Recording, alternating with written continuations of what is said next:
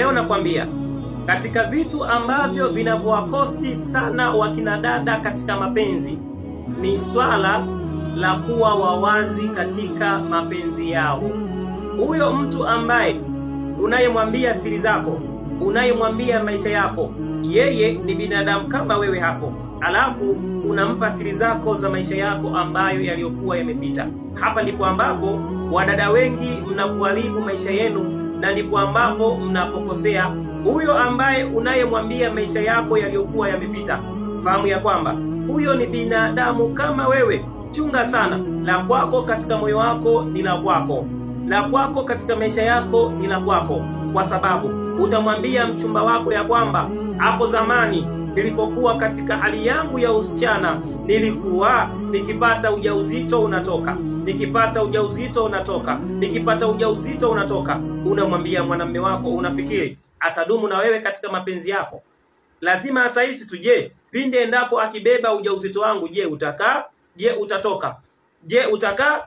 Je utatoka? Hapo ndipo ambapo mapenzi yako yanapoingia dosari katika maisha yako.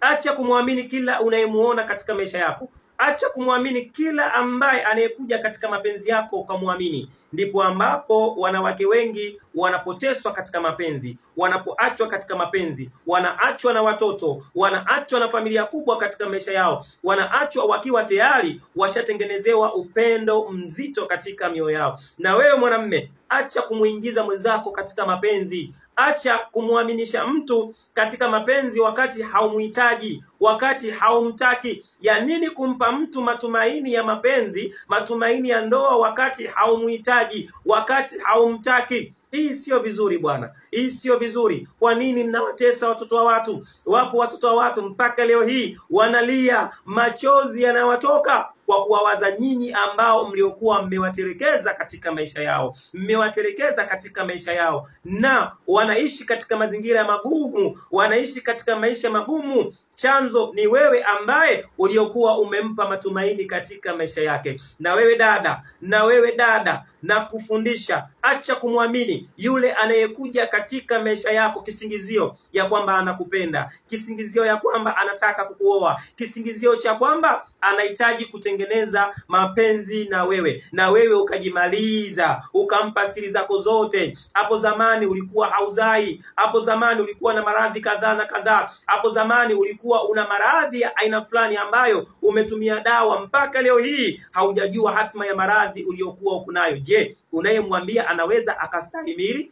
kile ambacho kilichokuwa kimekukuta katika maisha yako? Huyo unayemwambia, je, anaweza akatoa pesa zake kukuhudumia, kutafuta tiba ya maradhi uliyokuwa uko nayo katika maisha yako? Au hatohitaji kuwa na wewe, au hatohitaji kumaliza pesa zake kuweza kukutibia maradhi ambayo uliokuwa uko nayo katika maisha yako, na akaachana na wewe na akatafuta mwanamke mwingine? Acheni kuwa wawazi, acheni kuwakaribisha watu katika ndoa, kuwakaribisha watu katika ndoa za uongo, katika mapenzi ya uongo. Wangali hao watu wamekuja mara moja kutoka sehemu fulani, kutoka sehemu fulani, hamwajui hao watu wanawake walipokuwa wametoka, wameoa walipokuwa wametoka. Je, walipokuwa wametoka wanaishi vipi na wako na maisha gani katika maisha yao? Ili usije ukaja ukaishi kwa masononeko na maisha magumu. Inshallah ukiipata video hii, inshallah ningependa uweze kushare ili atakayepata ujumbe huu ili aweze kujifunza kupitia hili. Wa assalamu alaikum wa rahmatullahi wa barakatuh.